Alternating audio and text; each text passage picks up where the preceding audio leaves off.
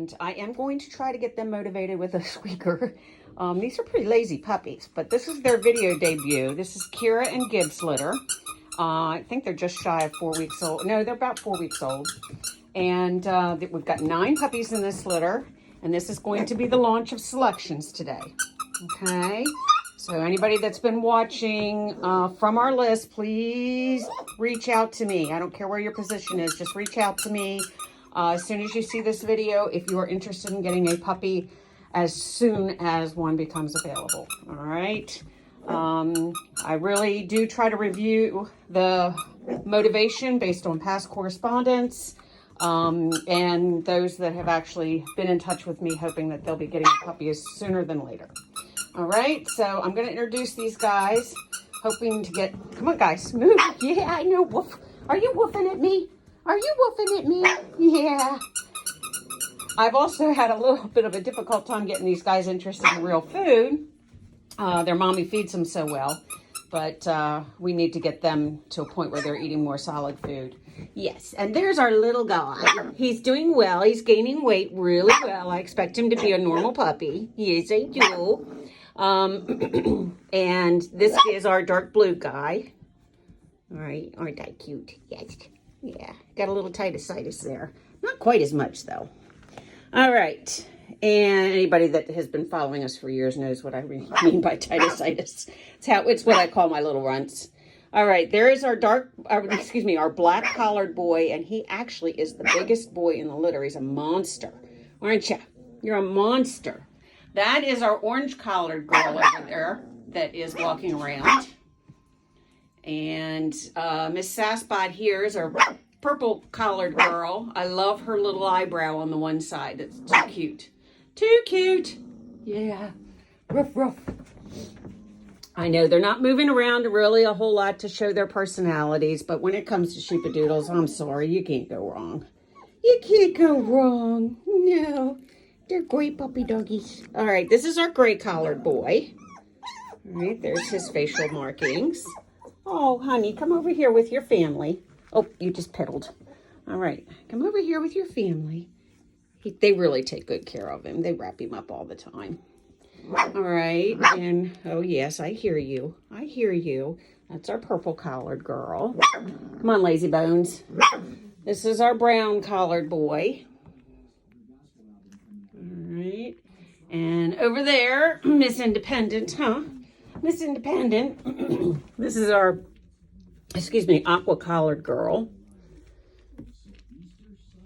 There, she's got a nice mask on her, so be a little bit easier to maintain as far as the face. I know a lot of times people struggle with the white. I know I do, just in the puppies and the litters.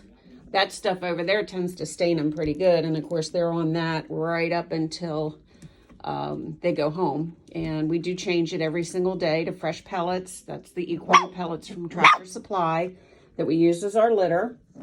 And while I'm on the subject, I'll mention what I tend to try to mention to our families. It was not my idea. It was actually a suggestion by a customer a few years ago that since they're used to pottying on those pellets, if you have a Tractor Supply close to you, those are equine pine pellets, grab a bag for about $6. They are, at least that's what they were the last time I heard. A little bit goes a long way, so you don't want to take a whole bag and dump it in your backyard because you may kill the grass. But put it in the spot where you repetitively take your puppy while you're doing the initial housebreaking. And maybe that'll encourage them to go to that spot. Okay. And yes, I did give our little dirty boy a bath, so he's got a little bit of the shakes. Yeah, a little bath and blow dry, because I don't know what it is about our little ones, but they tend to get really dirty. All right. I mean, they're all a little bit dirty, and of course we give a full soap. He only had a water bath. I give a full soap bath shortly after they're weaned from mom, so we can start fresh with their continued deworming and deparasiting and all that good stuff before they go home. Doing our best within our protocol. Okay. All right. This is our light pink collared girl. She's got a beautiful face. Oh, that nice little yawn. Huh? You got a nice little yawn. What? You are noisy. Yeah, you're mouthy, aren't you? Doesn't mean she's going to be a barky dog. It just basically means that she's got a little bit of sheepitude, which is typical in this breed. and that she just wants to tell you how she feels about things, right? Doesn't mean I'm not going to be a good dog. I might actually be quite amusing. Look at her markings, though. I just think her markings are so beautiful. Just the way that they're balanced and broke up in the dairy cow look. So she's a pretty puppy. Yeah, here's your little boy. All right. Don't count on him staying small. We had one like this, was even smaller than him at his age, that was born in an emergency C-section litter back in 2013. And the last I'd understood when I had contact with his family was he grew to be about 70 pounds. So if you're looking for a smaller puppy, don't pick the runt, because it doesn't necessarily mean they're going to be the smaller puppy. I was listening to a veterinarian instructional video the other day about dealing with the neonates. And anyway, she talked about the fact that one of the runts in a litter, she showed them side by side, showed an 8-week, the runt, the tiny runt that they had nursed, you know, tube fed, and he was tube fed early on to keep him going. At 8 weeks, looked identical to the size of one of the normal ones, and then went on to be a grand champion. So in show. So you never know. Runts do not mean they're going to be an abnormal doggy. No. Yeah. Okay, this is our yellow collared girl. And she is her pretty face. Yeah. All right, I got to get moving on with my chores, guys. My orange collared girl, light pink. I just want to make sure I haven't missed anybody. Our sassy purple, and our brown collared boy. He's a handsome boy. He's not quite as big as his brother, but he's a one of the bigger ones in the litter. Yeah. Their ID names, of course, correspond with their collars on their page. And I'm going to be featuring Clara's litter today. Clara and Doc.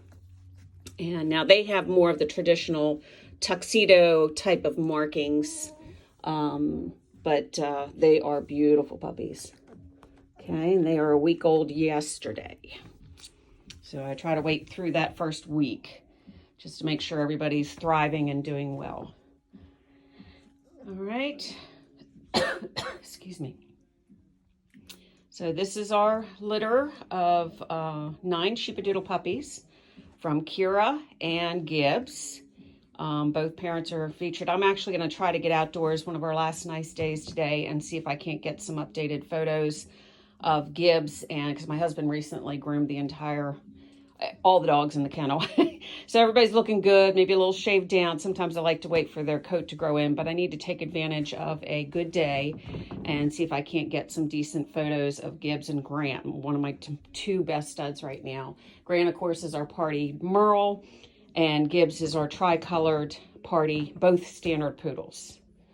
All right, and I will do my best to see what I can get, because I think right now I only have puppy pictures of both of them, and yes, they both have been with me from the time they were puppies and came to me from very, very reputable breeders, and I wouldn't hesitate to go back and get another puppy from either one of them at any time in the future. But anyhow, I hope you enjoy our puppies, and I will be in contact. And like I said, please don't hesitate to contact me once you've seen this video. This is Lawpadoodle Canine Manor. And we do have a website. It's LAWPDOODLEK, the number 9, Manor, MANOR.com. I prefer email, LPDK9 Manor, MANOR08 @gmail.com. I generally do not check or answer message requests through Facebook. I've become more hateful of Facebook like many people these days, but it really was never my goal to use it for business. Yes, I would not deny that I've gotten exposure through Facebook. I keep in touch with my families through Facebook, but you know, I limit contact, and I don't want to be using it for messaging for anybody that's not actually on my friends list, my general friends list. And I get very confused. I tried the text as well, but it's really hard for me to keep track of where I had contact with people when I'm trying to reach out to them. And if I have everybody in my email list, then it's easy for me to track them down just by searching their name or their email address on record. So please, please, please help me out with that. I know that we have so many different ways of communication, and a lot of people say nobody emails anymore. Well, yeah, I get it. Okay. But that's my preferred method for being contacted and communicating with everyone. So anyway, I hope you enjoyed our puppies, and may God bless you.